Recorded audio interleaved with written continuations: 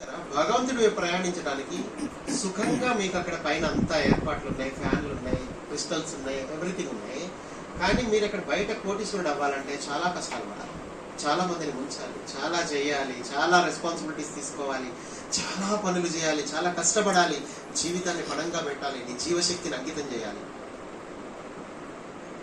కానీ ఇక్కడ సుఖపడాలి. ఇక్కడ నువ్వు దేవుణ్ణి చేరుకోవడానికి కేవలం సుఖం మాత్రమే ఉంది. తొందరగా సుఖపడండి, తొందరగా వెళ్ళి హాయిగా కూర్చోండి, రిలాక్స్గా కూర్చోండి,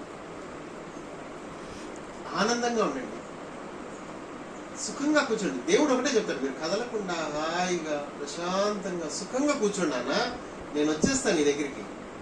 ఎందుకు కష్టపడుతున్నావు? బయటికి వెళ్ళి నేను వచ్చేస్తాను కదా. నేనున్నదే నీకోసం, నీలో మెర్జవడానికి కదా నేనున్నది. నువ్వు నాలో మెర్జవడానికి, నేను నీలో మెర్జవడానికే ఉన్నాం. మనం నీ పుట్టుక అందుకే కదా సంభవించింది. నీలో ఉన్న దివ్యశక్తులు సిద్ధంగా ఉన్నాయి. ప్రపంచం మాట వినకు నాయన, సొసైటీ మాట వినకు, వచ్చి సుఖపడు, కదలకుండా కళ్ళు మూసుకొని కూర్చో, హాయిగా నీ ధ్యాస మొత్తం నీ మీదే పెట్టు. నువ్వు మాత్రమే ఉన్నావు ఈ సృష్టిలో, ఇంకెవరూ లేరు మిత్రులారా. మిగతా వాళ్ళంతా భ్రమ, మీరు మాత్రమే వాస్తవం, మీరు మాత్రమే ఉన్నారు.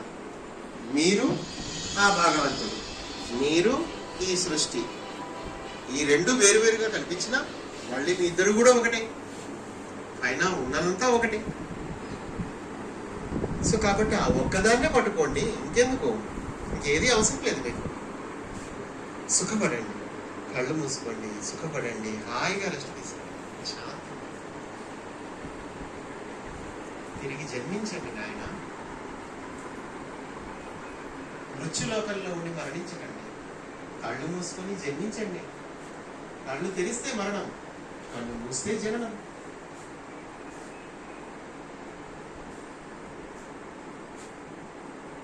కోడిగుడ్డుని బయట పాల్గొంటారు బయట నుంచి, అది మరణమే. వాడు ఆమ్లెట్ వేసుకొని తినేస్తాడు, దాని లోపల ఉన్న గుడ్డులో ఉండే జీవం ఏదైతే ఉందో చచ్చిపోయిందా లేదా? అదే గుడ్డు లోపల నుంచి పగిలితే జననం, పిల్ల బయటకు వస్తుంది. లోపల నుంచే పగలాలగా అవునా కదా? బయట నుంచి కాదు. మీరు బయట సొసైటీలో ఉంటే బయట పగులుతూ ఉంటారు, మీరు పైన మీరు లోపల నుంచి పగలాలంటే మాత్రం కళ్ళు చూసుకోవాలి. అప్పుడే మీరు జన్మిస్తారు. మీరు జన్మించడానికి ప్రయత్నించండి. చాలు, జీవించింది చాలు, జన్మించండి. తిరిగి సరికొత్త జీవితాన్ని పొందండి.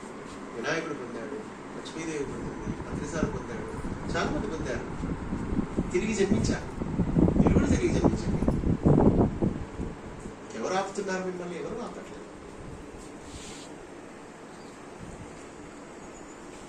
ఎన్నో గ్రహాలు పరిపూర్ణత్వాన్ని పొందుతున్నాయి. ఒక మనిషి అనుకుంటున్నారా ఏంటి?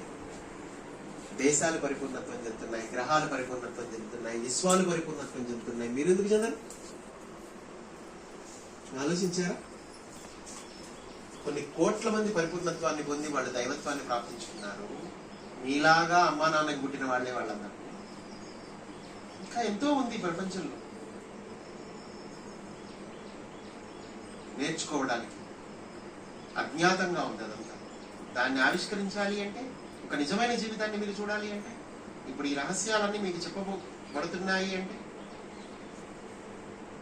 దానికి గల కారణం ఏంటి? ఆ అర్హత మీరు సంపాదించుకున్నారు. కానీ దీన్ని ఆచరణలో పెట్టాలా లేదా అన్న చాయిస్ మీదే ఎప్పుడు.